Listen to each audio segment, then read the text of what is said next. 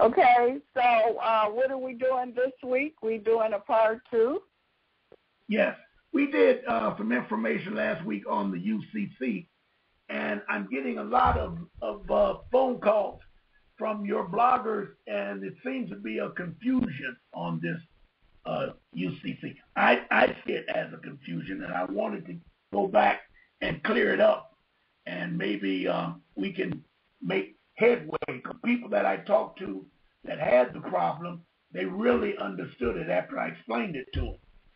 And that is, each one of us in the United States, black, white, Chinese, black, Negro, colored, Moor, it doesn't matter. But each one of us is a all capital letter slave in the American redemption system. Everyone is. Everyone is. You do not have to be sovereign to be a slave. You don't have to be a Christian, a Catholic, a Moor. It doesn't matter. If your mail is coming to you in all capital letters, you are a slave. Okay, hold on. I'm going to get off of this completely so we don't have that interruption. All right. You still there, Bev? Yes, we're here. Yes. And so a UCC is a process that separates you from your all caps and makes you notify you as being the upper and lower caps, the natural person. Okay? Now you file your paperwork for this, but the problem or the situation that I see that's developing, most people think if they file their UCC, declare themselves more as a nationality, they don't have to pay their bills. And it's terrible to even think of it this way. This has nothing to do. They're not related at all. Okay? The only ones that can be truly sovereign in the United States are indigenous people. That's all.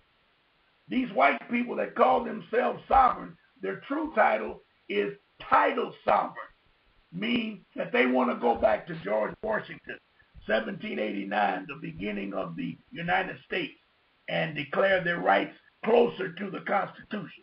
That has nothing to do with me. We were here 1,000, 2,000, 10,000 years before the European was even invented. So we got to get that very clear. Now, when he comes into the system, and we discussed that through this so-called Siskiyou trust account that he set up on everyone, he declared everyone dead. Everyone, he didn't pick it out. Every subject in the domain of the Catholic Church, which would be the Pope, the domain of the crown, which would be the Queen, or the domain of Washington, D.C., which would be USA, are all subjects to slavery, to those systems. Now, if you can't understand that, you better do some research to try to get that clear in your head. Now, the UCC-1, as we know it came from the Uniform Commercial Code. And it starts with 9. There are 9 articles in the UCC. 9 articles in the UCC. Each of these articles Ron, you're breaking up. We were doing good last week, but now you're breaking up. Go ahead, just talk. Yeah. The only thing that I can think of is that you called, you called me instead of me calling you. That's the only difference in what we're doing. Now, if you want to, and then you called me on the 877 number, 353-6645. Do you recall that? Yeah. Okay. So maybe you want to shut down and call me and try to get a better communication. Or what number? On the 63888 number? Yes, do that. Which number you talking about? Well, talk a little bit more, because you're clear now. It's just that you coming in and out at times. Just talk a little more. We'll see. Okay. Maybe I'm rocking as I normally rock in the chair. Okay. Yeah. I'm talking about the Uniform Commercial Code. Where did it come from? What value does it have in the United States? How does it affect you and me? It's the most important law of the land. There are only two laws in the United States: the civil law of common law that came from the organic Constitution and your Creator. That's law number one. But they have made that law dormant, and they did it by creating a second United States of America. And that Constitution is of the people, not for the people. And in that second United States Constitution, they must use the Uniform Commercial Code, the UCC. Now, what is the basics of UCC? There's only one word you can use, and that word is contract. United States of America today works on contracts. Contracts only. You need to study contracts. And once you study contracts, there are a multitude of different types of contracts. They use the code of corporate contract. Now, how does that affect you? Well, it affects you because you're not in their corporation. The police department works on corporate contract. What does that mean? That means that the corporations tell the mayor to tell the chief of police, these are the laws that we want the police department, who we own and hired, to obey and or arrest on. Every time a police officer, anytime a police officer stops you, your first thought in your head is, I do not have a contract with this person. Now, that's based on two common law parts. And that is, number one, I did not kill anyone. And number two, I did not damage any property. Everything else is what they call corporate law, which is only backed up through the Uniform Commercial Code. Do you get that, Bev? Do you kind of understand that? I got that real clear. Yes. All right. Now, what you need to learn about contracts is, once a contract is consummated, I think that's the word, consummated. It's like sexual intercourse. That's what, if you look it up, that's what it means. And okay. Yes, because you're creating something when you consummate or consecrate a contract. And that's when you get a legal contract. And that is when two persons sign, the consideration is equal on both sides. They both agree. They both are content and happy with the agreement. They sign it, and it becomes a legal contract. Now, in order for that contract to be transferred, this is where the problem lies. When a contract is transferred, it must transfer with all the signatures alive, such as when your Sears and Roebuck sends your contract to a third-party debt collector, he has no right to come after you until two things. He has a signed contract to come after you from Sears, and he has a signed contract from you to say, yes, come after me. They never have this. They never have this. And they come in with tricks. Now, I learned of a new contract this last week, a new one. This is one that's ridiculous. I'm trying to do more research as to how to stop it. But this contract is called an assumptive contract. It's called a what?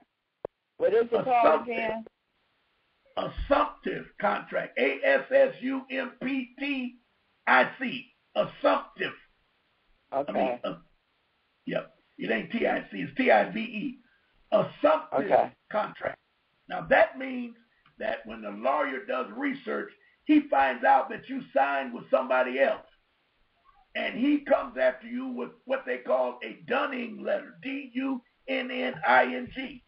If you do not protest in the 30 days that he puts in that dunning letter, the corporate law says you're liable for that contract. You get it? Yes. So when they send you, you talking about these bill collectors, or you talking about Sears and Roebuck when they send you? I'm talking about the bill collectors first. Okay. When you stop making payments to Sears, your contract goes into default. Right. When it goes into default, Sears reports it to the credit bureau and the IRS. The IRS will send a digit to Sears to cover your damage. Now, it's not money. It's just a digit, so they can balance the books. Okay. It won't be a deficit on their annual report or their semi-annual report. And all it is a digit. Now, that contract goes into a pool. And the pool is another industry of bad debt. It's a bad debt pool. And it's a multi-million-dollar industry because they sell debt to the third-party debt collectors.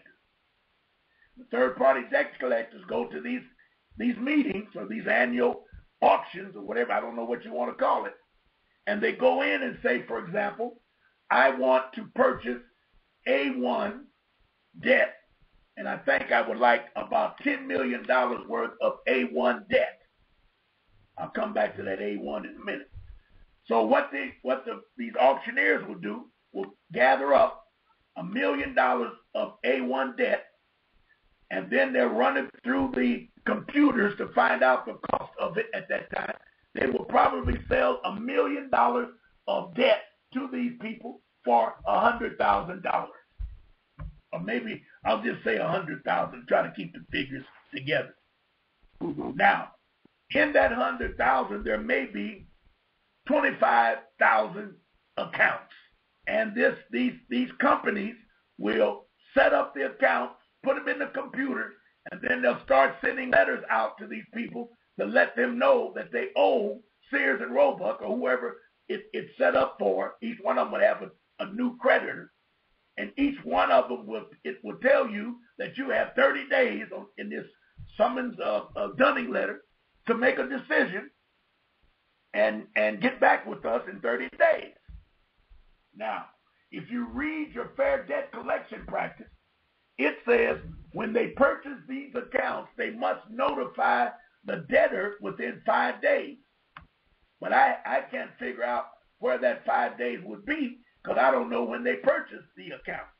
But that's what the fair debt collection practice says. They must notify you in 5 days, within 5 days, and let you know that they have your account and they are aware that you owe this account to this creditor.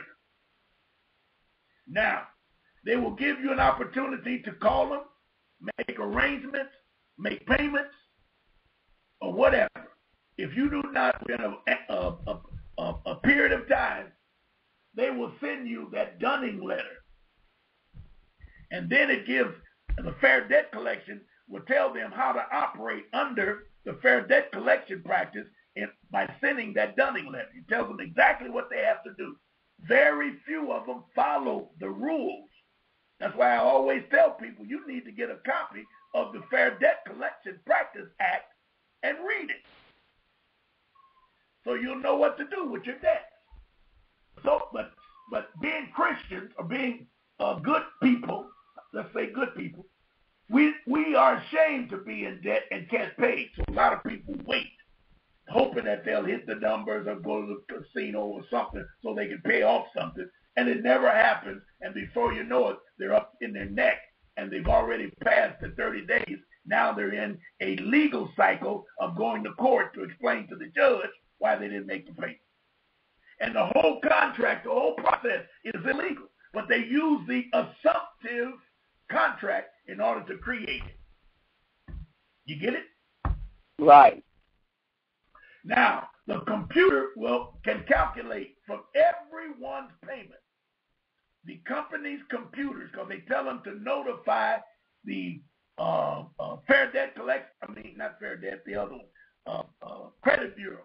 They're told to notify the Credit Bureau when they're 30 days late, 60 days late, 90 days late, all of that type of thing. The Credit Bureau can kick out a number to show what type of customer you have, or you were, are, or will be.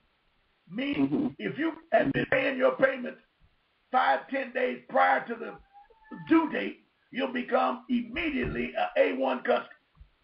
Then all of a sudden you lose your job, or the company goes out of business and you're up the creek without a paddle.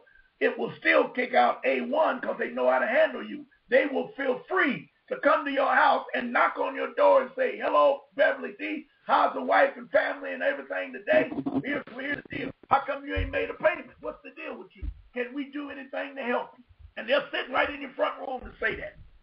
Ain't got no more business being there than the man in the moon. But the computer said you're a safe individual. You get it? Right, gotcha. All right.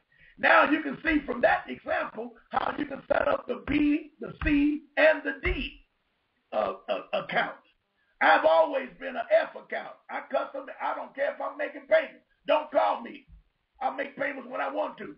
So I will become one of those type of accounts that they say, well, we don't know if we want to buy that. But they will, now that everybody's losing money. They're buying all kinds of debt.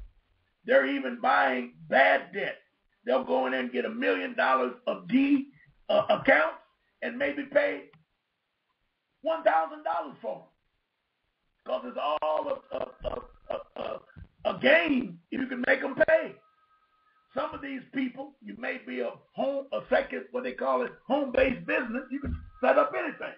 All you need is a letterhead and a DBA working in the name of. That's all you need. You dig? And right. So they can do all types of things, especially if they can come up with some new ideas, such as Miss Beverly D, a real colorful letter I'm sending you, Ron March Collection Upgrading Association. Some old name out of that, some old crazy name. And then you see, who is it? Miss Beverly D. We see that there was an outstanding balance with Sears of $300. We have made arrangements. They don't say who they made arrangements with. We have made arrangements that we can make this $300 go away. But what we would need for you to do is give us 3 payments at $20 each, a total of $60, and this will disappear. You say, damn, I can clean up my credit. Soon as you send that first $20, you have created a new contract with these new bumps. Wow. And you don't even know it. You don't even know what the interest is on the $20. You don't know what's going to happen to the remainder $240 that you owe here. Now they can take your butt to court as the creditor because you have borrowed or agreed on a contract to pay, and they got you. They got you. You dig? Now, first they do the telephone. They call you.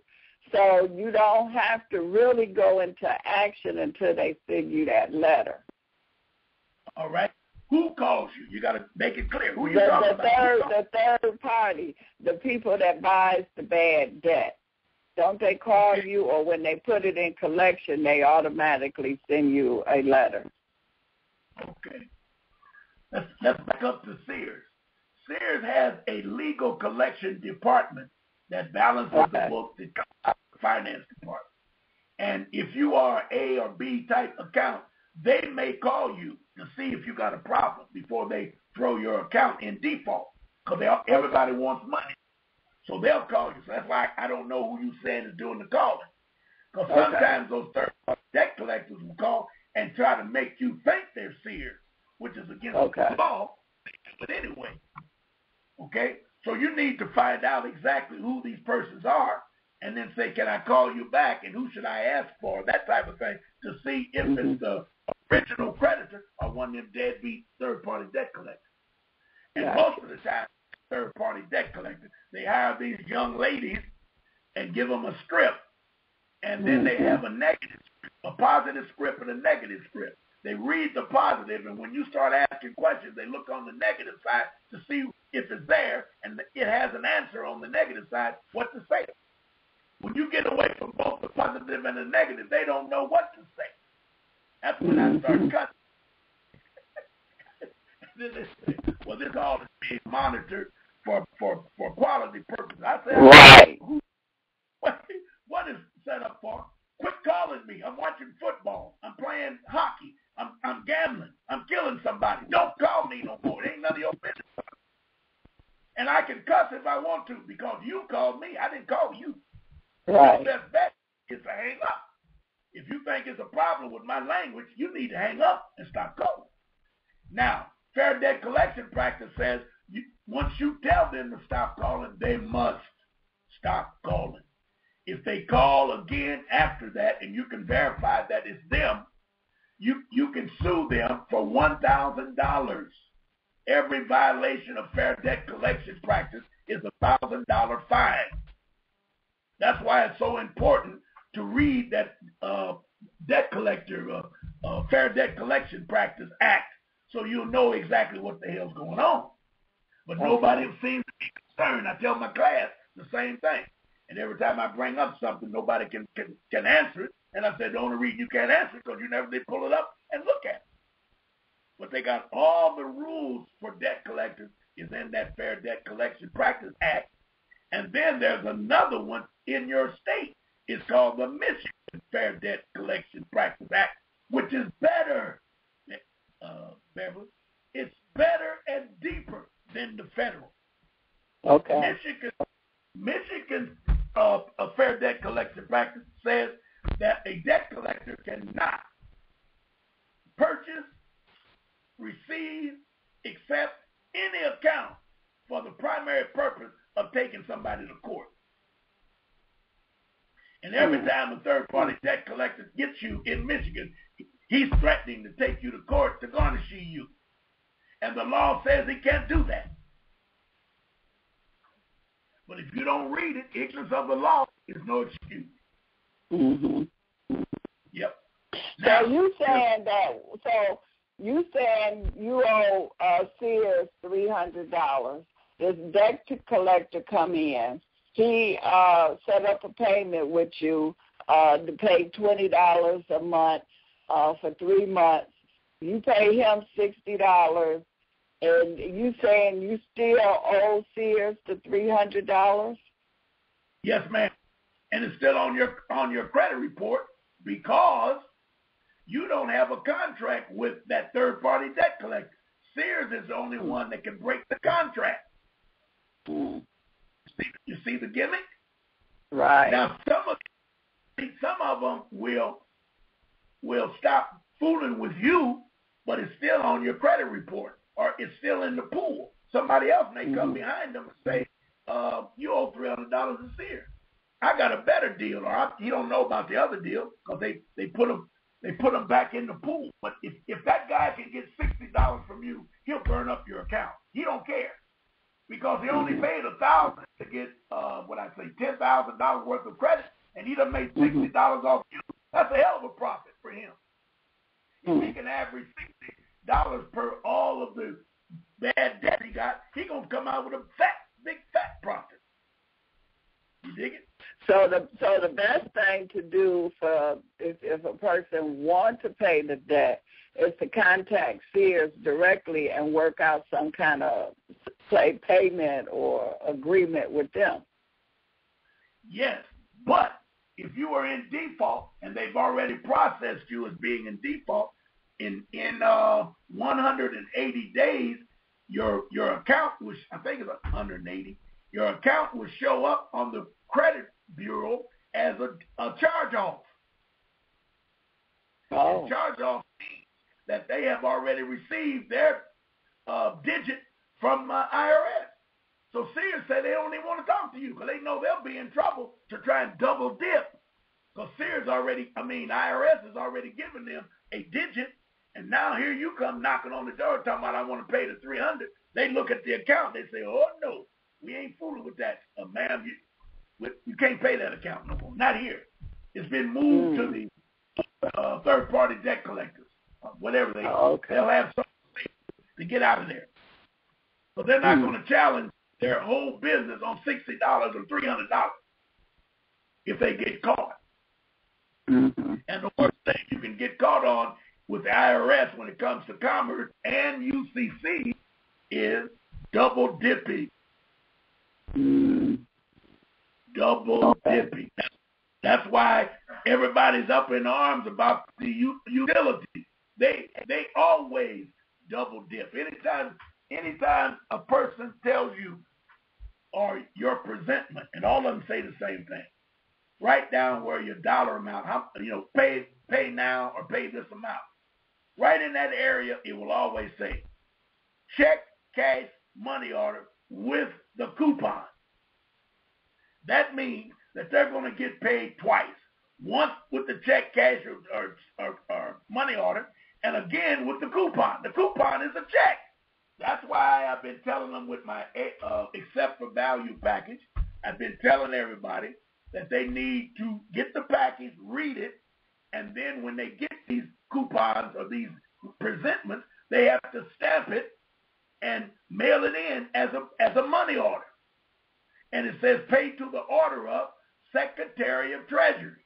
All of them have to say pay to the order of Secretary of Treasury.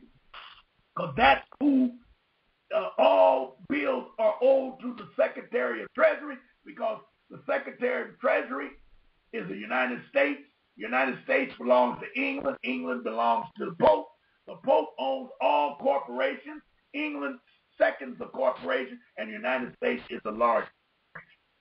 So everybody that does business through a 501c3 or 501, they all belong to the United States of America. Mm-hmm. So when you sue, if you sue them as a plaintiff, your first plaintiff, number one plaintiff, will have to be United States of America, because they are the corporate that come after you or made the damage you, because they are the ones that own the corporation. Gotcha. Get it?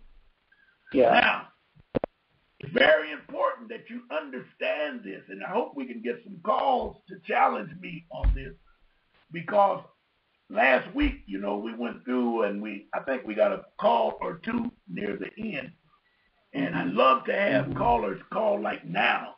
And another thing, you was not at your computer. I didn't have my chat room open either. Yeah, your chat room. So if you get anybody in there with any questions, let's work on them right away, because you need to discuss UCC. I can run it all day, but when it comes to application, if you don't understand it, you're going to have a problem. But the UCC... we have a couple of calls now. Do you want to take them now? Yes, ma'am. Okay. Area code 503-956. Yes, how you doing? Great. This question is pretty much about last week. You mentioned that every state has a code that replaces the UCC, and you said Michigan's was like 440. So, when you reserving your signature, are you supposed to find the code for the state you're in, or is it okay to put UCC on the when you're reserving your right for your signature? All right. Number one, every state has a different 3-digit code. That's number one. Okay. You got it? When you reserve your rights on your signature, you can put UCC if you want to, because I don't know why you would do it. Yeah. You can use UCC. You have trouble going to court or using court papers when you put UCC in. They don't want to recognize it in the courts. But see, you are the commander when you sign your name. So you can use UCC if you want to, or if you're in Michigan, you can always use 440. So you can play with that. So let me just say to you, since you are astute enough to get to it, use 440 1.107 207 or 308. Do you get that? Say that again. Yeah, I'm in Oregon, though. I'm in the state of Oregon. I used to live in Michigan, but now I'm in Oregon. All right, you need to go to Secretary of State, SOS, go to the Department of UCC, and it should be there what your code is. Okay. So is it just safer to put the code instead of UCC, even though I am the commander? You say as far as, you know, is it just a safe bet just in case anything go to court? I would already have it would be the code, the state code instead of the UCC, the word instead of the word UCC. Yeah. Okay. All right. Now listen carefully. In Michigan, we have been so tough for the last since 2004. We've been in their butt here in Michigan out of Moors and sovereignty. And they are so mad at us that they're bringing out rules and regulations to stop us or to slow us down. Okay. They will to use 440 in court. But now in Oregon, a different layout. They may not be angry as these punks are in Michigan. So they may say they don't care. Come on in with UCC. They don't care. But if the judge says to you, young man, if you don't use that in my court, I have no idea what that is. Don't panic. But you better know what the code is, the 3-digit code is, and then come right back with it and use the 3-digit code. Okay. That makes sense? Do you get what I'm saying? Makes perfect sense. I got it. Okay. I understand. So I'd like to get a list, really, of all the states and get those numbers so when I talk to people like you, I can pop it right to you. Say, this is your number for Oregon. Bam. But I ain't got time to do on that. But you need to look it up. Now, if it's not there, call the Secretary of State and ask him. I'm going to find the number. I'll find it. Call back and let him know. Yeah. I will. I call the next show. I call and I had a number in.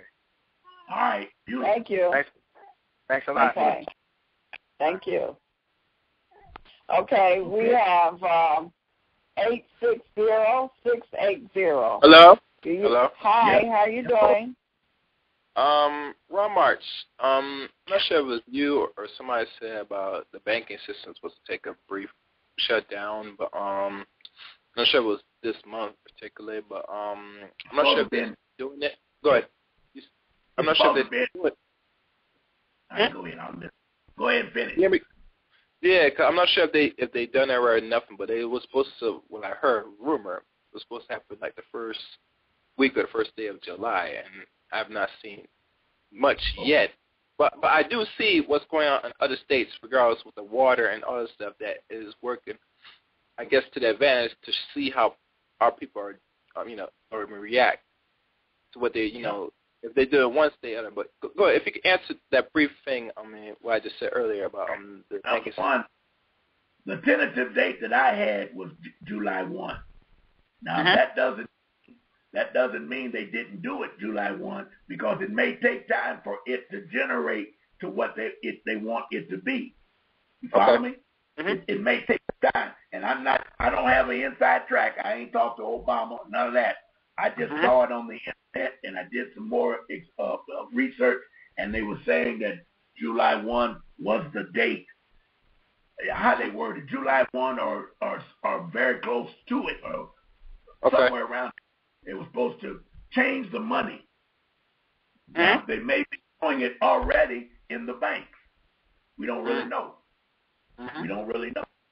But you want to prepare yourself. You don't need to panic unless you see it yourself. But you need to know, and you need to start getting some goods where you can at least eat for, a week to 2 weeks.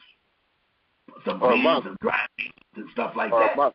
Yeah, or a month at least. Right. And you don't have to panic and do a whole lot of stuff, but you need to be aware. That's the first thing. Be aware. So if it comes and you need to rush out and get what you need because you got children. If you have children and stuff like that, you want to make sure you got everything. You dig? Okay. And Hey, have you ever heard of a thing called Bitcoins? BIT coin? Yeah. Okay. Yeah. You heard of it, What is it Ron? called? It's called Bitcoin. What is it called? Tell me more. Oh. What is it about? No, I'm not asking if you don't know. I'll look into the Bitcoin. I've been hearing about that lately. It was something that was mentioned months ago, but I never did really give it energy. I might have to look at, see what that really is about. But if I do, Yeah, some about internet money or computer money or something on the internet. Yeah, something like that. But I'd look into it more to see what really it is. So, that's something that just came out. Well, let's be a part of the show and the community. If you find out something that's relevant, call us back and let us know so we all can do research. Okay? Okay. All right. Fair enough. Thank you, caller. Thank you, Beverly. All right. Okay. We have, let me see. Where am I at? Okay, the other caller just hung up. He'll have to call back. Okay, Ron. Now, the number to call is 347-215-8041. That's 347-215-8041 if you have a question or a comment about what we're talking about today, which is the UCC code. Yes. Okay, Ron. Yep. All right. I got a caller coming in. Bev, you hang on because you may not be able Okay.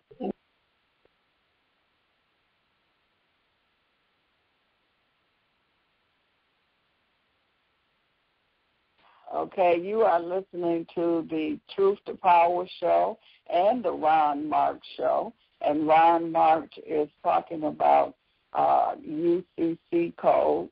He's given us the information how to deal with bill collectors, how to deal with your debts, what to do when it comes to the accept for value, how to sign how to sign. And he said for those that's in Michigan, our code is 440. Whatever state that you are in, you need to find out what is your state code. So at least you will have that information if you have to use that and need that information. So, here we go. Okay, you back? Yeah, I'm back. I need you because when they call in, you automatically go on home. I told her that I want to get a number. You're breaking up. We can't hear nothing you're saying. Will you say that again? All right, and here we go. I told the caller, she's calling out of Detroit. I want to give her number to call so that everybody can hear her question. Oh, I see her. She's called in. Let me pull her up. Okay. 313-272. Do you have a question for Ron? Yeah, this is not the person you were just talking to. I just want to call in and get some information on Bitcoin, but I can wait. Okay. No, go ahead. Go ahead. Oh, okay. Well, no, I just wanted to, this is your computer slave against Ron. I actually want to just call in and let you know about Bitcoin. Bitcoin is actually a cryptocurrency. It's a complex algorithm that allows them to make a currency. Basically, it's a currency they came up with that basically is the opposite of like the Federal Reserve and fiat currencies where they really can't control it. It can't be regulated. And I guess it's an alternative currency that people are using now to create like their own alternative banking systems. And it's not just Bitcoin. They have like Litecoin. Bitcoin and Litecoins are the most valuable. Like Bitcoin right now I think is selling for maybe $600 a coin. And at its peak was almost $2,000 per coin. So it's selling even more than gold now. There's a lot of businesses that are popping up that are basically taking Bitcoin as payment now all over the world now to just kind of get out of the financial system that we are now, knowing that it's not really sustainable. If you get any more, actually, you know what, I can email. I've got Ron's email, so I'll send him some stuff on it. But yeah, that's some pretty good information if you can get some info on that. Yeah. Like you talked about that last week. You called, correct? No. We talked about Detroit and some stuff. I didn't mention Bitcoin last week. Oh, okay. I just brought it up now because the brother brought it up. So. If you don't call me, I'm going to call. Okay, so what you're saying, caller, is that just say that I want to purchase something on the internet. I only can purchase these coins off the internet, and then I can if I want to. No, that's not how. No, you could. There's lots of different ways you can buy bitcoins. The technology that creates Bitcoin is a very complicated algorithm hash rate system. Basically, they took technology that is used to encrypt passwords and communications and created a very complex system. This is supposedly invented by this Japanese guy, Yusaki Yamanoto or whatever, although there's like lots of different speculations of who actually created it, that basically creates the digital currency. However, there's lots of different ways to transfer. Like literally there's a website called localbitcoins.com where you can literally meet people in whatever city you live in and like digitally exchange it. You have to have a digital device to use or exchange the currency, but you don't have to actually you can use it for more than just purchasing things on the internet. Like there are places like coffee shops, restaurants, hotels all over the world that are popping up that accept Bitcoin. So you don't have to it's not just for online purchases. It's for like pretty much anything. Like as long as you have like a phone or a computer on you, you can use the currency. Okay. All right. I'll be talking to you about it, brother. Okay. Yeah, I'll send you some emails on it too. All right. Beautiful. Thank you. Okay, Bev, Thank you. All right, thank you. Bev, give me that number that this young lady can call. The number is 347-215-8041. Okay, good enough. All right. Okay, and if she call, I'll see her when she tell her she has to push the number 1, and then I'll know she wants to talk. Yes. Okay. All right, good enough. Okay. I'm trying to remember where we were. Is that the last caller? Yeah, for now right. It is. Yeah, all right. Okay. Oh, wait a minute. Wait, Ron, before you get started here, the other person logged back on. 586-604. Hey, what's going on? Hey, Chaos, how you doing? I'm doing good. I was actually going to chime in before. I'm glad the brother chimed in and gave the information on Bitcoin. It's quite an interesting technology. But I wanted to comment on what Brother Ron March said earlier about getting ready. There's a number of sites you can go to as far as survival foods and things like that. But I would suggest, just as a precautionary method for everybody, depending on, I don't know what people's budgets are, but dry foods are good. Anything that can have a long shelf life, like cereal, dehydrated fruits, things like that. People should look to try to stock up. And I don't mean go crazy with it, like Y2K and all that type of thing, but it's always good to have extra. I got to agree with him when he said, make sure you got enough to eat, at least for a month. So, yeah. I would definitely, and you were right about that, July 1st. That was the date that I got from a source of mine. It was supposed to be July 1st that they crashed the dollar. But, of course, when people talk, everything is monitored. All communications are monitored. So, when people talk, somebody's listening. So, I would definitely just be on the lookout. And, that's pretty much it. I just wanted to make that comment. All right. Well, thank you. Thanks for listening. Yeah. Right on the money. Okay. Okay. All right, Bill. All right. Now, we're talking about the UCC and the power that it has in this government. Now, understand. Again, let me see here. Hold on, Bill. You are listening to the Truth to Power show and the Ron March show. Ron will be with us shortly. And I know you're taking a lot of notes. Read your notes, study your notes. This is the time. This is the awakening, and this is part of the awakening. the information that you are receiving here every Wednesday. Next Sunday and Monday, I would have Brother Robert X on. And, he will really decode and break down a lot of metaphysical things here that he's working on.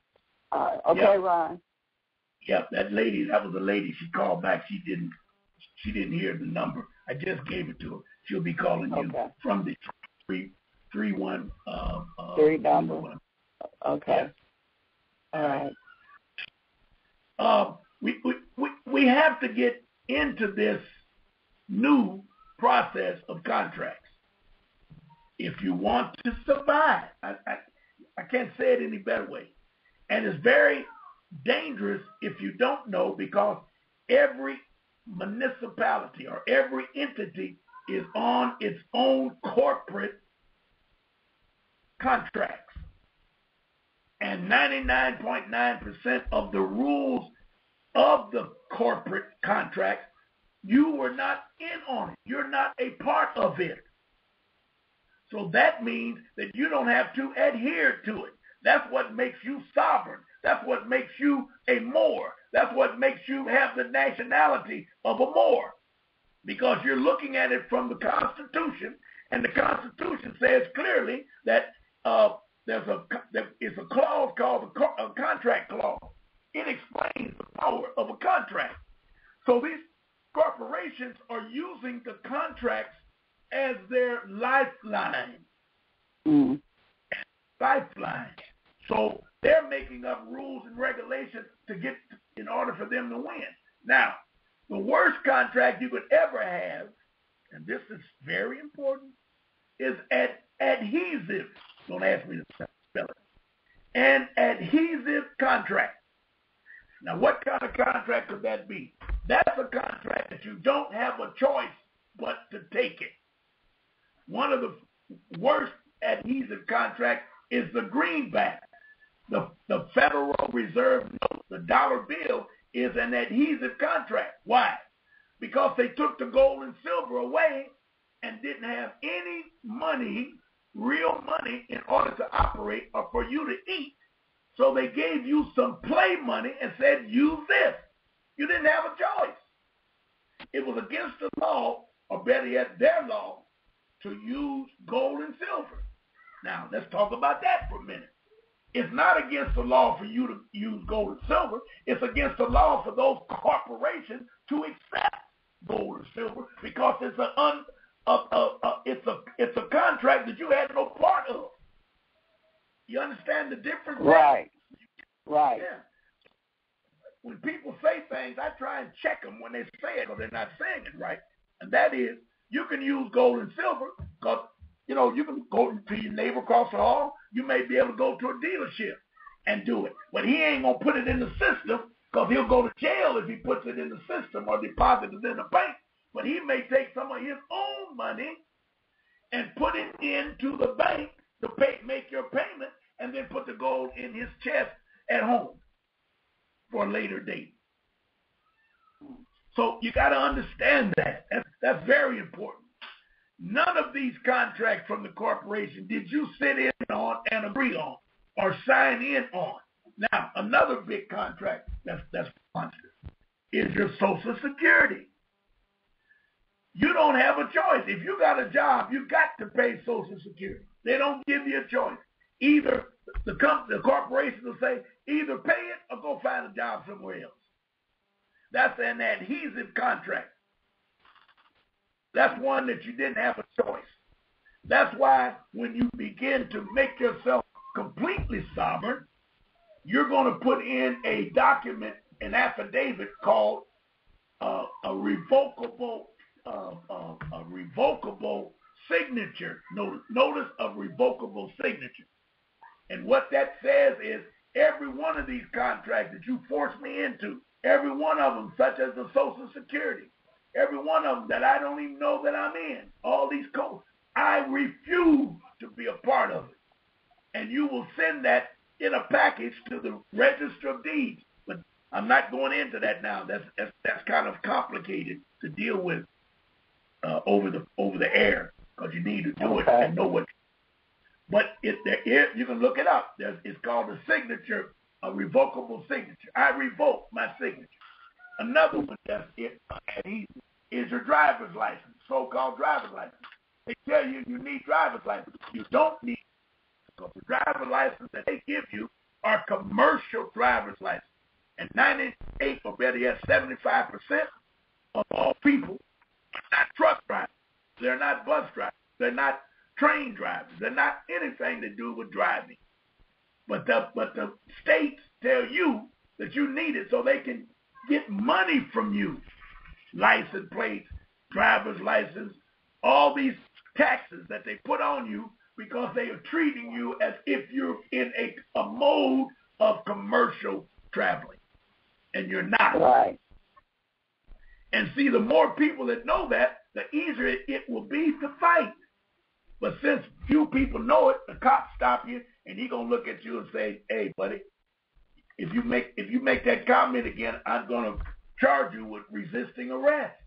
He's gonna scare the hell out of you to make you not bring up that language that he knows he's in danger of. Those police officers know that they're in big trouble when they stop people, or even if they don't see a crime, shooting and killing or taking drugs or whatever the case may be, they have no right to stop you.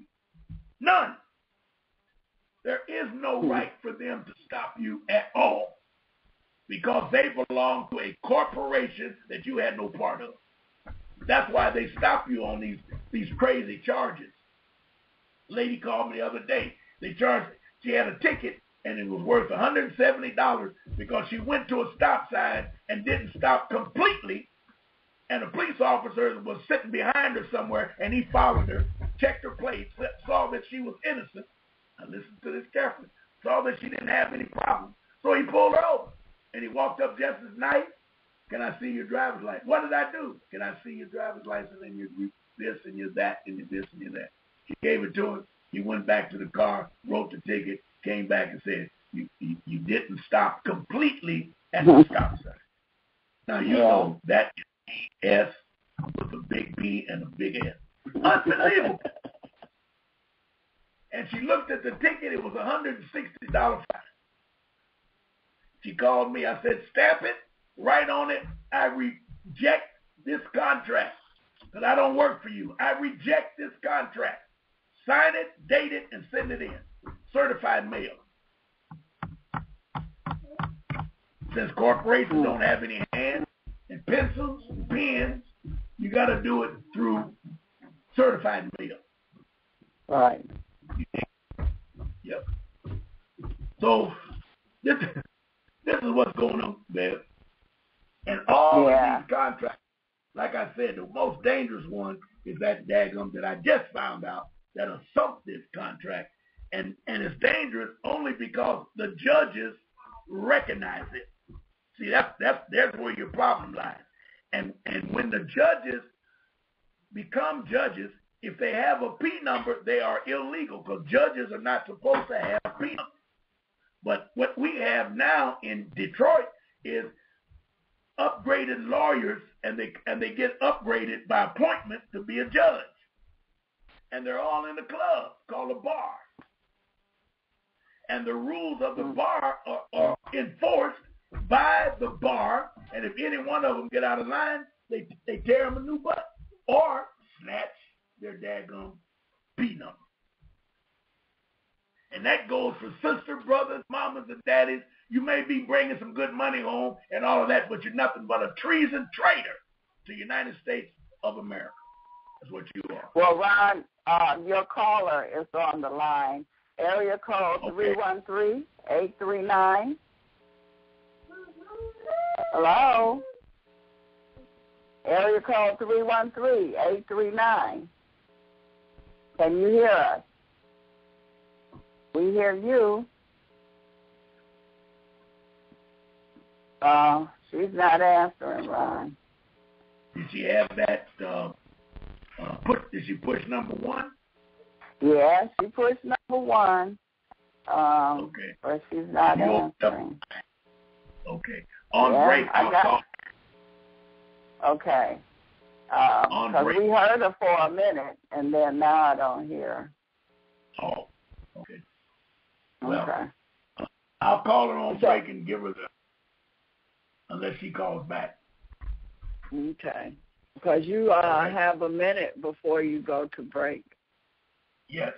I want to say that this situation that I'm talking about, this Uniform Commercial Code, this contract law that I'm talking about, this corporate law and corporate contract, it all came about in 1871. You got to get that history.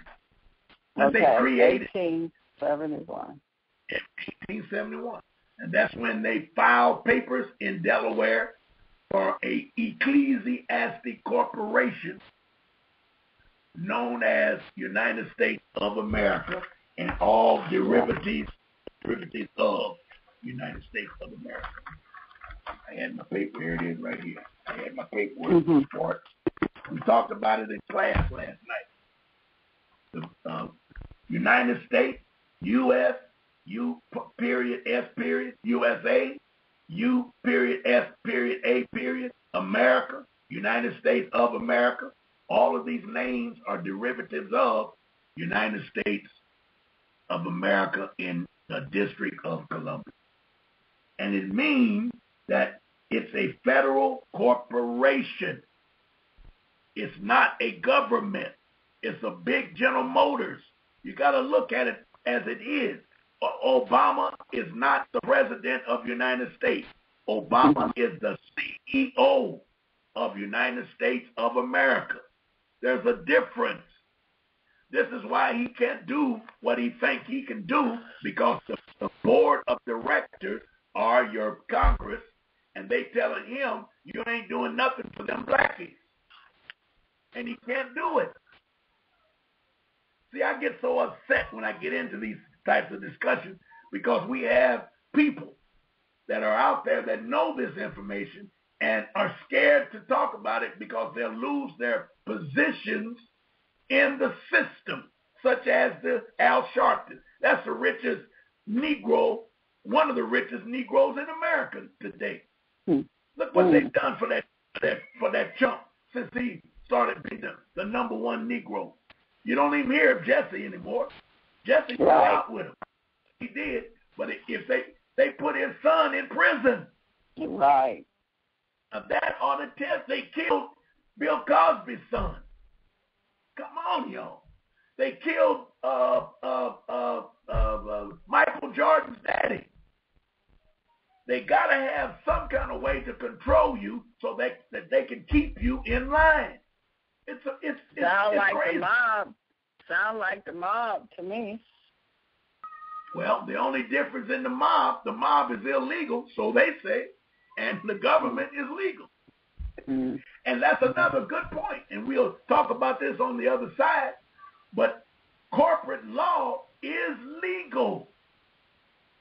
And we'll talk about that on the other side, Ben. How is it legal for them to do what they're doing? And we'll talk about it when we come off the break. Okay. All right. So we're going to take 10 minutes. We're going to take a 10-minute water break. And you're listening to Ron March from the Ron March Show. And he is talking about UCC. We did a part 1 last week, and we're doing a part 2 this week. And as always, Minister Ron March is giving us a lot of valuable information. So, and for the music you was listening to, the first song came from Chaos. The second one came from Big Money Rich. And the third song came from Holly Israel. Those are some artists that I am helping to support. Ron March, I don't think he's back yet. Are you there, Ron? Yes. Yes. We hear you.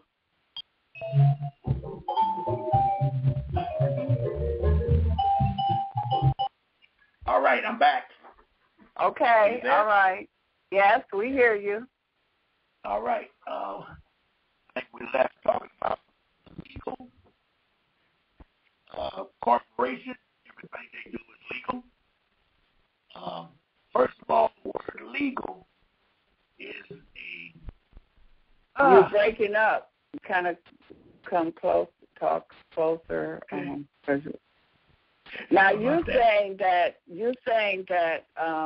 the United States, supposed to call, as they call it, the government, the local government, all the governments are not government. They are corporations.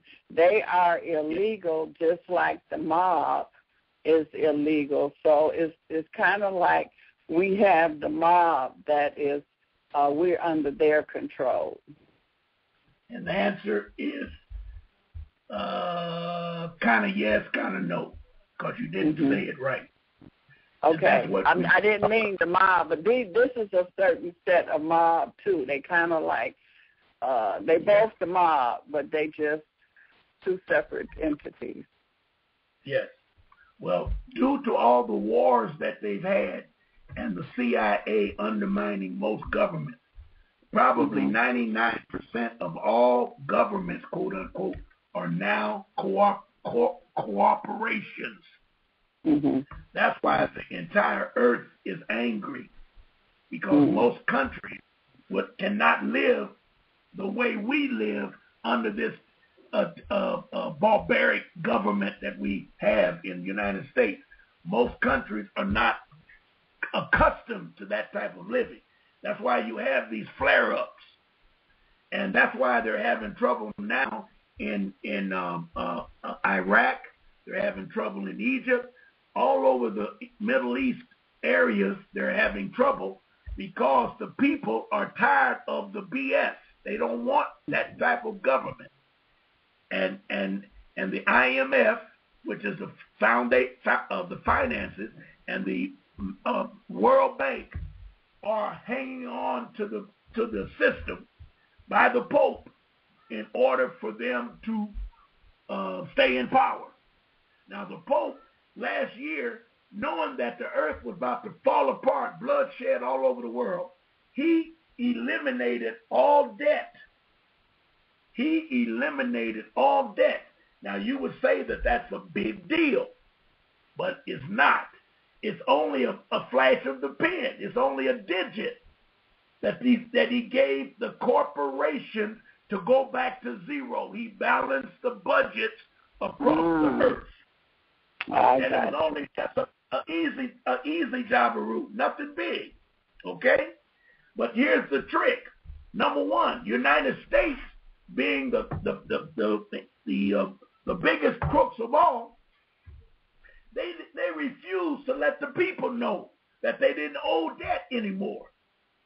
This is why I said to the gentleman earlier when he called, or the discussion that we all have had about July 1, I said it may be in motion, but we just don't know it. Now, United States may have alleviated all the debt in the United States, but the people don't know it. And they always come up with some type of trick code that you have to sign off a certain way and all of that. That's why I'm putting out, it's no coincidence that I'm pushing except for value. This is something everyone can use, but you need to learn it as a Bible, just like a Bible study, so that you can get involved. And the corporations already have you at zero. But they can't tell you because they'll go out of business, or, here's the trick, they're sending out new credit cards. Their advertisements have went to the roof. They want everybody to start a new lifestyle. But the people are not buying it, and that's why they're having trouble. See, what they call it, consumers' confidence is one of the biggest problems the United States is having right now. Nobody believes their lying butts. But you can go out and buy a brand new car. You can get a new house. You can get new credit cards. All you have to do is just sign up. Because they know that they need new contracts. and they will either consolidate your old one, write off your old one, put it on the end. I've had 2 of my children call me, and this is something that everybody should know. I've had 2 of my children call me in the last 6 months and said, Dad, I got to make a car note. I ain't got it. I don't have the money. I said, well, no, I ain't got it. Here's what I want you to do. You call the car company that you're paying, the finance company. Tell them that you don't have the money. I've been making clear payments all this time. I don't have it. I want you to put this payment on the end of my contract. Now, have you ever heard of that, Beverly? Yeah, I've heard them do that. Yes. And each one of them worked. But the difference was, one of them, it worked for $40 and the other one had to pay $75. And they try to act like that was an expense or the interest and all that crap. I told them they didn't have to pay a damn thing. To tell them all, they'll get their money on the end. So if you have a 24... Yeah, I see what you're saying. You had them to put whatever they have. I've seen the car company, like your note, they'll take and put that whole note at the end. Yeah. Well, that's what I'm talking about, the whole at the end. And you'll miss that payment, but time. Yeah. Okay. Now, everybody should know that because they're going to get in trouble. Now, some of the companies say, well, you can only do it once a year or you can only do it one time contract, all of that crap. But why not tell them? I ain't never done it before. Anything you want to tell them to make them move it if you can't make the payment because we run into that time. So I'm saying to you that these corporations, they have their own rules and specifics on how they want to run their corporation. They vote on it through their board of directors, and it's set up, it's established. You, me, have no say-so, nothing to do with that corporation. There's no contract in there with that. So they have all these secrets. They come up and say, well, you didn't make a payment. Now your credit's going to go bad, and we're going to need additional payments and blah. All of that they come up with, whatever it is, you didn't sign up for that when you signed the contract. And if it was in there, nobody told you about it, so that's a non-disclosure clause. Why are you paying it? And the good thing is, if you already have a contract with them, tell them, well, if you don't consider what I'm saying, cancel the contract. Now, I bet you they'll listen to you after you say that. Do you follow what I'm saying? Right. Now, getting back to the... Go ahead. Getting back to when you said that the Pope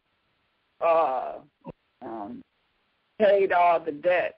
Now, did he do what you said the government does when you don't pay your creditor, like you say, you don't pay Sears, and they give them a number and, the balance they books? So did he pay the debts off, or did he just do accounting, a number thing here so the books would be balanced? Beverly, you said it. How can you pay off if there's no money? All he did was send a digit. Okay. He called to balance their books. How much is in the street? What's your receivables? And when they come up with a number for receivables, he sent them a digit. Now, the next day, payments started coming in again. But they never told us that the accounts were zero. That's where I'm going with this. Okay. And right now, and I'm not any type of super duper pooper, but right now we are at a position where we know from the internet that the Pope is under indictment, the Queen of England is under indictment, and I heard today that Obama is under indictment. And then the charges for the Pope and the Queen are drug trafficking, laundering money, and child pornography, not pornography, that other thing, selling children to the market. Right. Now, who is bringing the indictment? Who is charging them with these charges? The Hague, the World Court. That's charged. The World Court. Okay. See, the World Court, and that's the court I told you that when I saw it for the first time, they were all black. They had those silk black robes on and red fez type caps and a sash type red belt or whatever you call it around the waist type thing. And they were small, so I know they were from Africa. They were small structure. I know they were from Africa, you know. But see, there's no way to prove or disprove this. And then people want to say, well, where's the evidence? The world is the evidence because it's in a turmoil. All you have to do is just look at the world news. Crap is popping everywhere. Obama, I don't see how he can sleep at night with all of the lies and the statements he has to make. His people are quitting, resigning from the board or from his cabinet. He just appointed, I can't think of the NCO of Walmart, I think it is. He just appointed him to the Veterans Administration job. You see what I'm getting at? I can't keep up with him. But if you're that type of person, all you have to do is look into it. Why is all that going on now? And then you had Boner, that drunken punk. What is he? The Speaker of the House. He had nerve to say he was going to bring charges and indict Obama for refusing to follow the mandate of the president. Now that's the biggest joke. Listen, that's the biggest joke that ever happened. Why? Because everybody in the White House since 1871 were crooks. None of them followed the rules of the Constitution. Now, well, maybe he's saying he's violating something, one of the corporate rules or something. That's what he's saying. That's going to be a old smarty. Come up to the front of the class. Bring me an apple in tomorrow. You're totally. That's where I was going with this. Okay. He's talking about the democracy. Mm-hmm. And Obama's in a hell of a position. No, let me say it better. He's in a dangerous position. Because if they get too nasty with him, he can fall back to the Constitution. But if he do, they're going to kill him.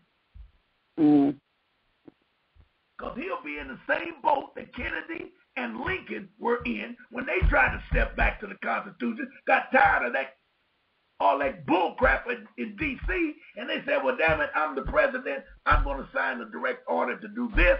Bam! He was dead the next day. Mm-hmm. We have a caller, Ron. All right, come on with this call. Area code 661-748. 661. Yep. Beverly, is that you? Yes, it is. We hear you. We hear you. I'm calling over. You're okay, Ron. I'm just calling from all the way for the UK. Just back up what Ron was saying. Over here, Ron, obviously, I've called him before. It was a while since I've called him. But now and again, when you do your shows, when I like to kind of link up and just kind of back up what you're saying. The Queen over here, they are all indicted. I think you're looking to a guy called Kevin Arnett. There's lots of people around the world trying to put in the work on the dead priesthood, as I've read from the Jesuit order. Now, the only thing that Francis has done, even though I don't trust the Jesuits at all, the one thing Francis has done, I assume, Ron March, I'm going to assume, Ron, you're going to know it's motu proprio. You're very familiar. It came into September 1st, 2013. All public servants are all now liable because of all the immunities are being stripped. So I'm going to agree with Ron. There's a lot of change going on, and essentially over here, these Europeans over here, we've been using. Well, I'm not European myself, but the Europeans over here, they've been using the motu proprio, and all these cases they've got in these courts, all these magis and all this fake stuff that don't exist and all these fiat currency you've been on about. Most of these cases, they're using more appropriate over here. And they're getting the cases thrown out the courts, Ron. They're getting them just thrown out the courts because they know now they can't hide behind the immunity no more because it's all been stripped because France has stripped it all. So, there's a lot going on. I agree with Ron's sentiment there that, it's the democracy is being smashed to pieces because, as Ron said, Obama going to go back on that constitution because that's the Republican form of government you're supposed to have, not a democracy. So the world's nations are now suing the Pope, and a lot of people realizing that it's the dead priesthood that's the problem with humanity at the moment. It's not us, it's them that's the problem. People are realizing this now. And so people are throwing indictments at the Hague, as Ron March has said, at the other international courts in Strasbourg, using the convention laws. And they're all, some people, even Kevin Annett came, got a few people over here.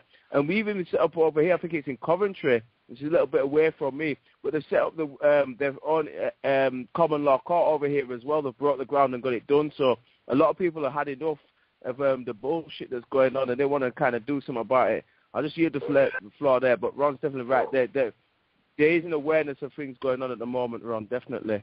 Wow. Thank you.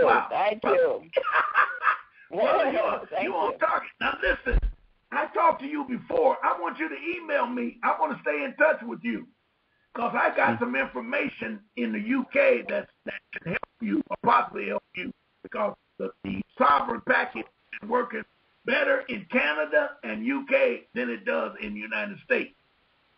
Are you still there?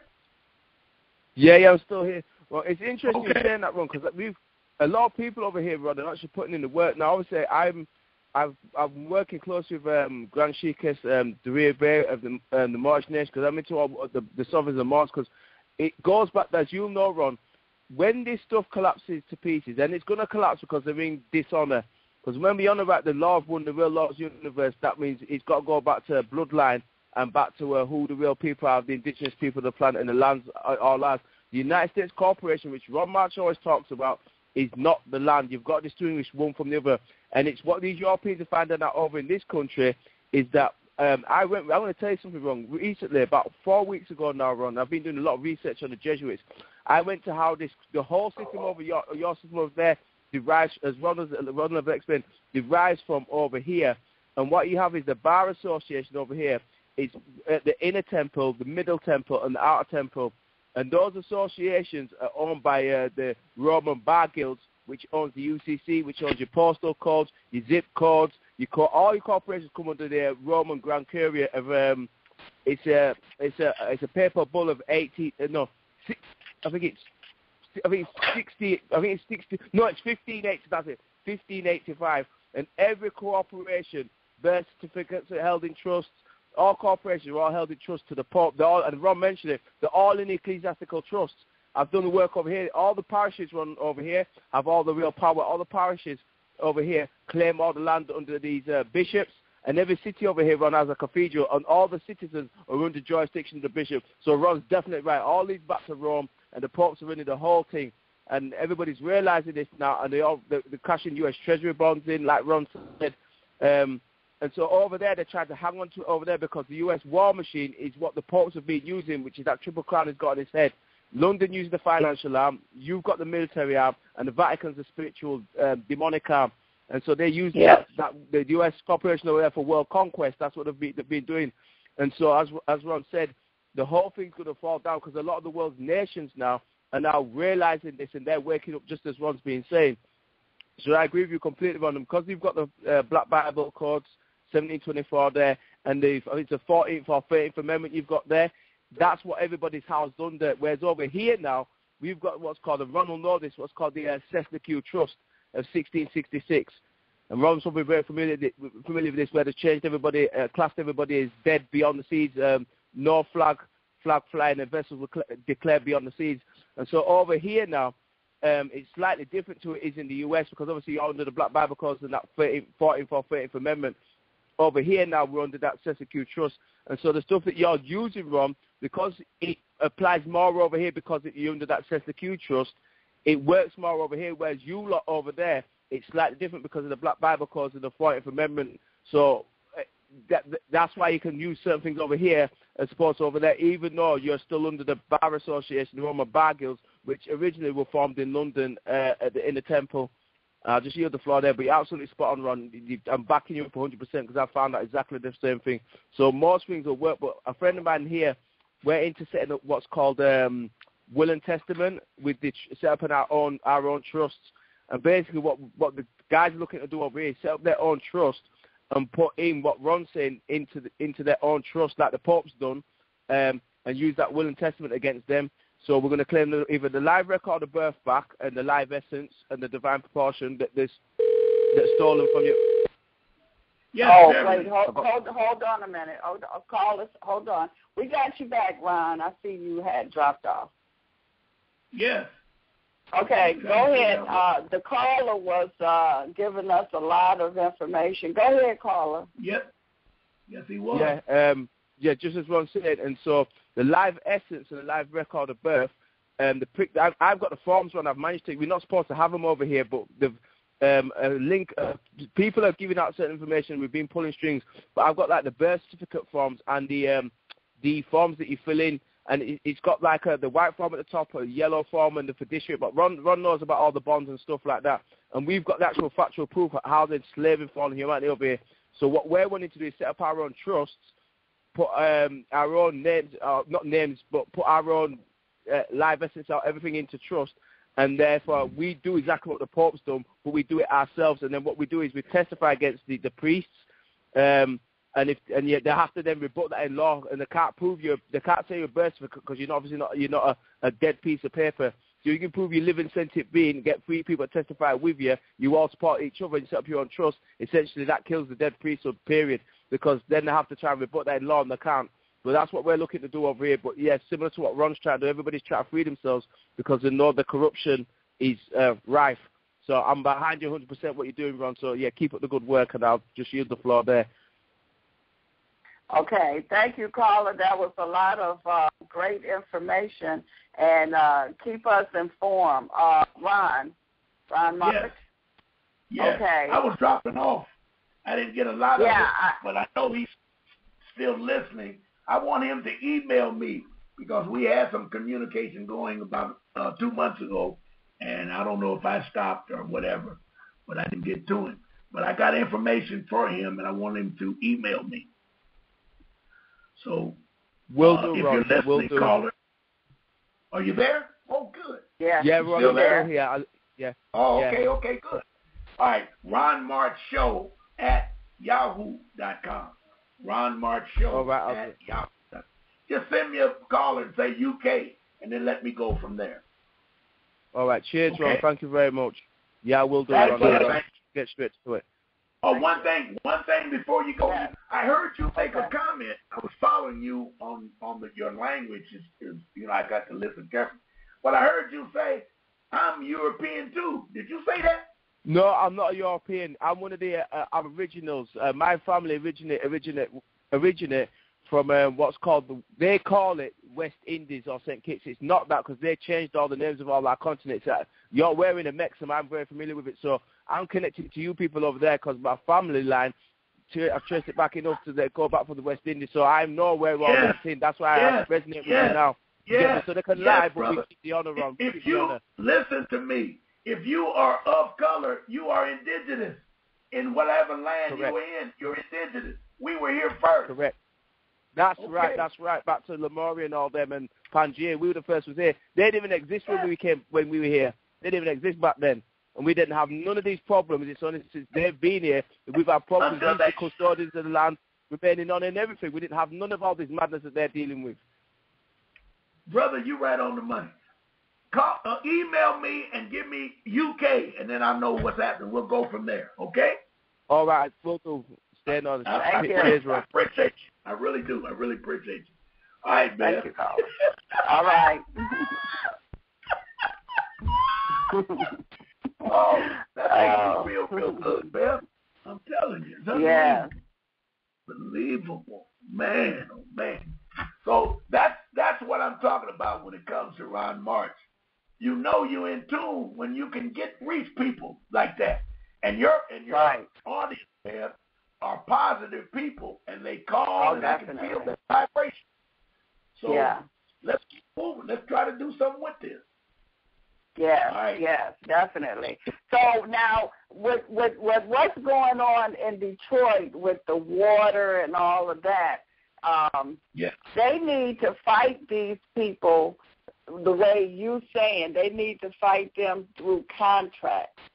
They need to fight them as corporations, not because they've been fighting them as government, and they've been like a dog chasing its tail. They have not went anywhere.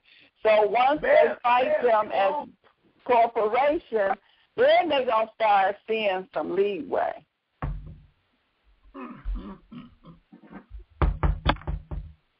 Excuse me.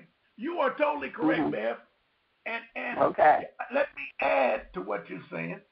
Okay. If you file charges as a plaintiff, it's the same as creating a contract. You can set up your own rules, and I'm going to get the name that I tried to remember last night. It's the definition. I keep definitions in your head. When you sign up for insurance, they always have 10,000 pages. Now, one of those pages is called either the definition page or it's called the, I don't know, but it's got words, and they give you the definition of what this document is around these words. Do you understand what I'm saying? Yes. And all of it in there is of those words. Now, here's where the problem lies. When you sign a mortgage, I don't even remember seeing one of those sheets, but I'm sure that I either put my initial on it or I signed it. And in that one, you said that you were an occupant of the house, or better yet, you would be an occupant of the house. Now, the definition of occupant is tenant. So now you're saying that you are going to rent your own house from yourself and then pay someone else. I don't think you got that, bitch. You become, when you buy a house and you sign all those papers, somewhere in those documents, you admit that you are an occupant or a tenant.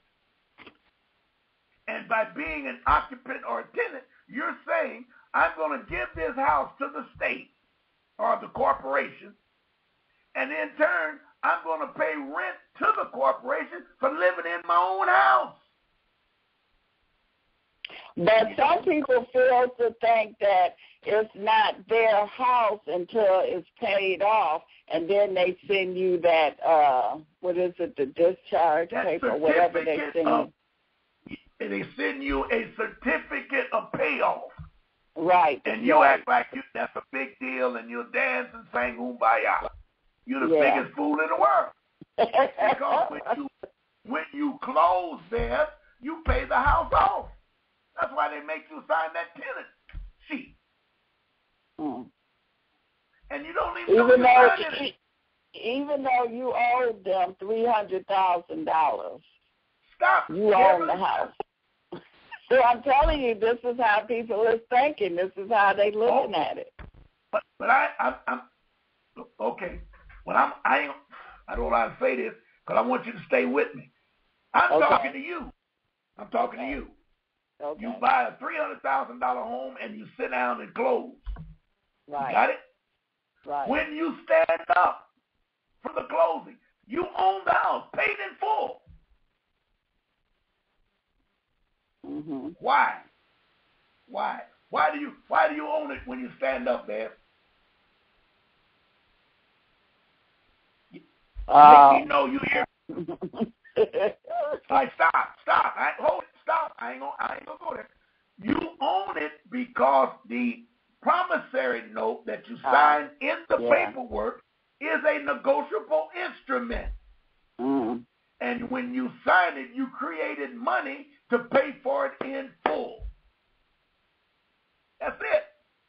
But then you didn't realize all that stack of paper, one of those sheets said that I'm going to give this. It's two things it says. There you go. One of them says that you're going to give the power of attorney to someone that you don't even know. That's the worst one that you sign. The next one you sign is that definition sheet that tells you all the language in your mortgage. This is the definition of those words that we use. And that's right in the mortgage. If you look at your mortgage tonight, it'll say, oh, I'm looking at it. I'm trying to get what MERS. They'll have the name. MERS. I don't know. They got the names right in there. They got the definition sheet. I'm going to look at mine tonight so I can get that straight. But once you consent, you are really giving the house back to them, and then you say, I want to rent it from you. Everything has to be done by contract. You get it? You understand? Yeah. So when you say what you said, do I really own it when $300,000? I wouldn't care if it was $1 million home. Your credit told those people that you could afford that. Your lifestyle was of that. So they brought you in to purchase the house. Period.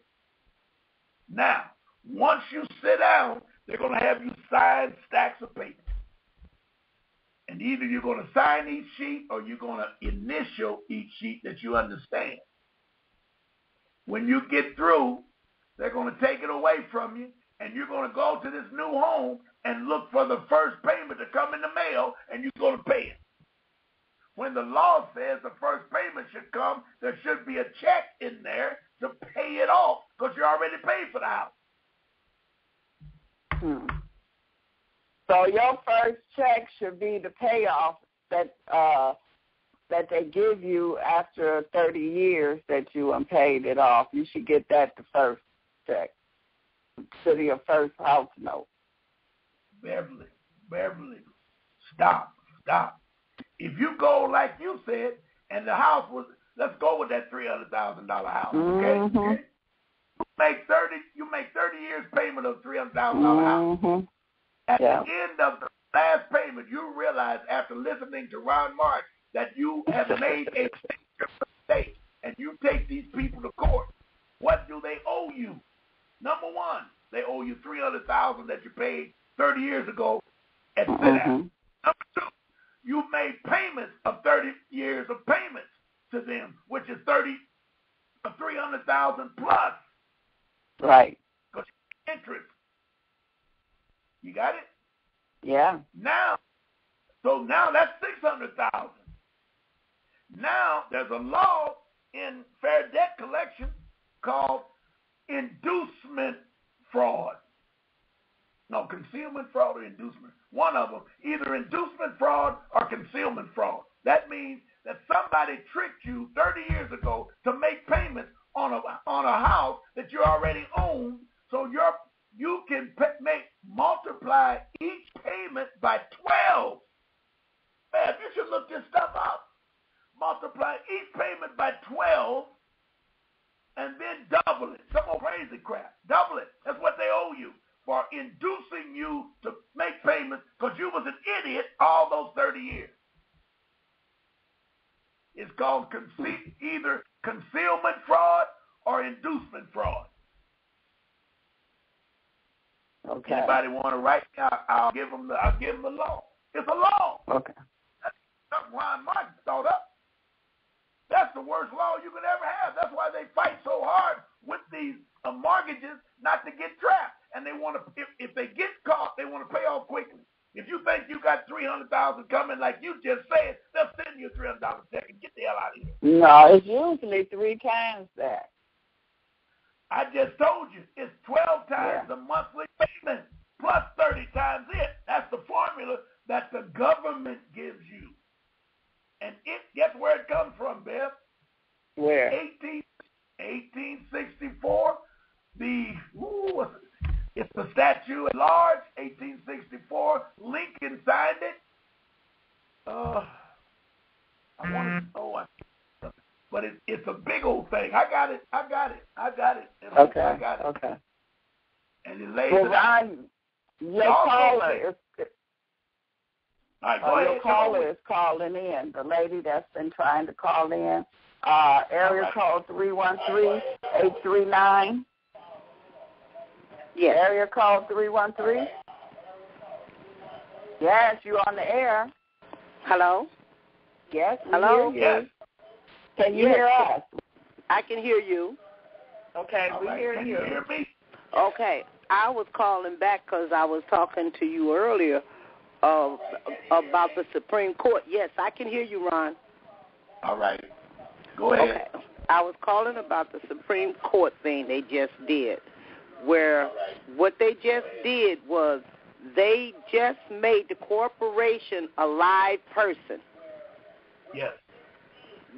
Okay. Keep talking. Would you say And that's that good, was bad? And guess what? The reason I said that it's going to be bad. Would you say that's good, bad? Well, you can look at it two ways. I look at it for the first reason that you can now sue the corporation for their personal money. See, the corporation was built so they could hide their money, and you couldn't sue a person that didn't exist. Now, since the Supreme Court made the corporation a human, that means you can go after any income they have personally and the corporation. So for them, they're going to lose like hell on this. Okay, you're totally correct. I agree. But is it good? Is it a good law? No, it's not a good thing. Not a good thing. Okay.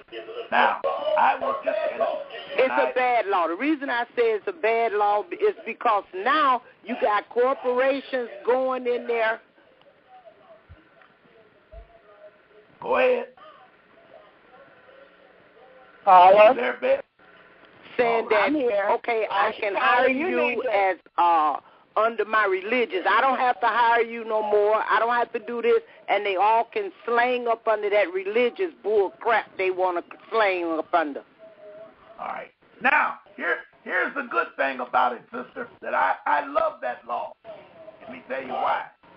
The Fourth Amendment says you have the right to face your... Wait a minute, caller, you got to turn... Wait a minute, Ron. She got to turn her radio down because we're getting feedback.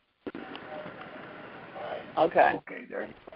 Now, yeah. I love that law because the Clearfield Doctrine states that any time comes to court for compensation of paper money, which would be the Federal Reserve, they must show up.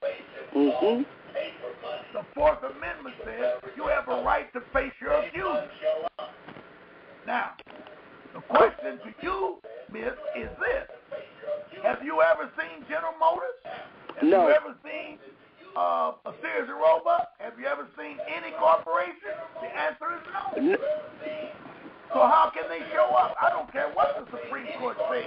All I want them to do is get on the stand and let me cross-examine them. They can't do it. She's listening on. But see, they opened up two laws when they did this. Okay, they didn't shut down the law, and they really didn't create a law. What they did was they confused the people out here because one of the Supreme Court justices, he says, we're not going to go over the line by saying that they are a human, but they can be a live person. You understand what I'm saying? So this way, it's still a doorway that they got it blocked, where when the people start wanting to sue them, they're going to pull up that little block up there. So when people go out here and read this stuff, they got to use their intelligence and understand exactly what are these people saying to us. You can't just read it and say you understand it. You got to go in there and find the definition and find out why they put the loopholes in there to begin with. Yes, I totally agree. And I'm giving you the loophole right now, and that is if they say that in court that a corporation is live, all you have to say is, I want to come on I want to cross-examine. I made 2 double payments 10 years ago, and they never gave me credit.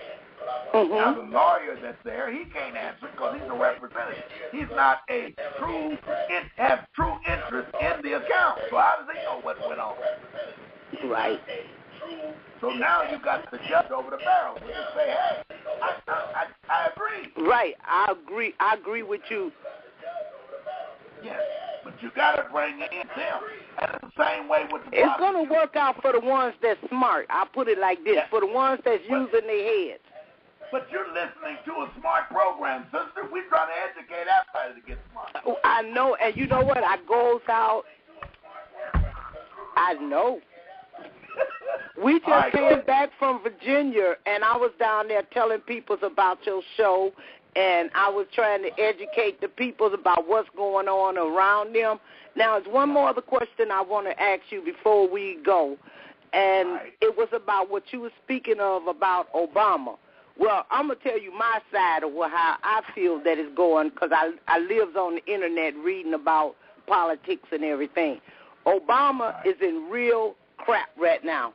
By him standing up today telling the Republicans that go ahead and sue me, do whatever you want to do, they're not going to sue. They're going to sue him, but they're also finna kill him. I don't think he's going to make it these last 2 years. Well, I got news for you. He's going to make it because if they kill Obama, the United States will be at war. Because you got 80% of black people love Obama. And there will be bloodshed if they kill Obama. I guarantee, same way when they killed Martin Luther, 257 cities went up in flames. 270. If they kill Obama, I swear it'll be 2,007 cities will go up. And they can't afford to have that because the world is looking at them. So don't worry about that. They want to get rid of Obama at the end of this term and goodbye. But now I've already heard the research. All right? Okay. Thanks for the phone call. Okay. We have another caller, area code 860-680. Chris, you know you're on. Hello? Hi, hello, Miss Bailey, it's me again, Everett. I think I pressed 1, but I think one of my friends might press 1 while listening. Uninterrupted. But I would say this in regards to the last call about assassination. If they decide to kill this man, you know what I'm saying, they already prepared what is going to be the outcome. So at times that's not going to happen. Regardless if the infrastructure, they don't want nothing really pop off until they really secure. You know, so at times most people worry about this man's life or death. He's going to be there and do all his full terms, and as he leaves, the damage what is left he done. A lot of people should be more concerned, you know, because he already put so much in place, giving these rights to homosexual and all stuff and other things that he already damaged, crippled black people, and they didn't even know it. You know, Ron? Yeah, I agree. The damage he already done already. I mean, black people should really, at least is concerned if he's alive or dead. I'm saying he already did enough for the first 6 years. So as he completes his term, it's going to be hell once the next person comes in that office, you know. Everything's already in place, you know. Okay. Just like every other president, they put things in place. So, you know, that's all I must say on that. But, you know, thank you. All right. Thank you. And I agree with you 100%. They can forget that. They will never kill. You know, Dick Gregory said a long time ago, in order to assure a president will never be assassinated, this was 20 years ago, 40 years ago, he said, make all vice presidents black, and they'll never kill that European president. That's true. So now you got a black president, and the whole country, or better yet, the Negro factor of the black communities believe that they voted him in. You're going to have Christians in the street if they kill him. And they cannot take that chance. Because they know you have Muslim and Christians and everybody else in the street. Yes. It's madness. Now, I want to get back to these contracts. And I want to make it clear that 90% of the contracts, most people or better yet, 90% of the people don't realize they're in a contract because they technically are not in a contract until they have an infraction with a corporation. Now, Beverly, that's a very valuable statement that I just made. Say it again. 90% of the people believe in the corporations. Oh, I forgot how I said that. But I did say this. I know this as the ending. That most people don't realize that they don't have a contract with corporations. So by them not having a contract, they don't even worry about what corporations do until they have an infraction with that corporation. And now they find that they're up the creek without a paddle, and other people look at them and say, well, why are you complaining? The insurance company's been paying you for this, this, and this, or the police department's been protecting us from crooks. All that good madness, but didn't realize that this person's going to jail because they realized that he was not being treated fairly because he didn't need license and or whatever to drive and or to travel, and now he's got a problem. He's going to jail. So there's a conflict right there. I'm not saying that clear, but I'm trying to get it where there's a total conflict when it comes to the knowledge of corporations if you don't know what a corporation is and what it's about. That's what I'm saying. And the UCC is what keeps them in line. So we started out talking about the UCC, and I'm going to end with the fact that you have to know about corporate law in order to survive in the United States of America. Does that make sense, Bill?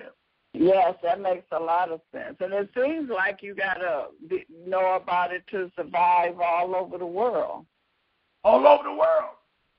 Because I said, all these wars that we've been fighting for from United, and see, the Army is even getting hit. That's why they hired this private military force called the damn Blackwater. And most military guys that went to Iraq said that they do not want to go out on a night patrol with a company man. I think they call themselves company man, whatever it is. Why? Because they do certain things that are not human. They start killing babies and all kind of crazy stuff.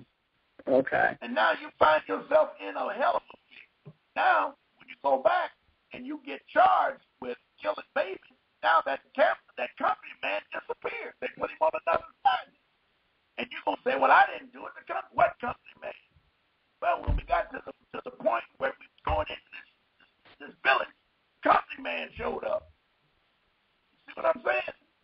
And they hate these people.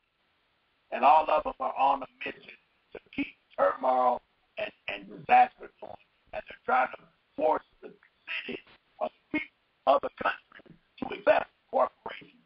That's what it's talking about. That's the job of the CIA. Create and endorse corporations. And the people not buy. Okay? All right. All right, Ben. So now next week we're going to change. Okay, go ahead.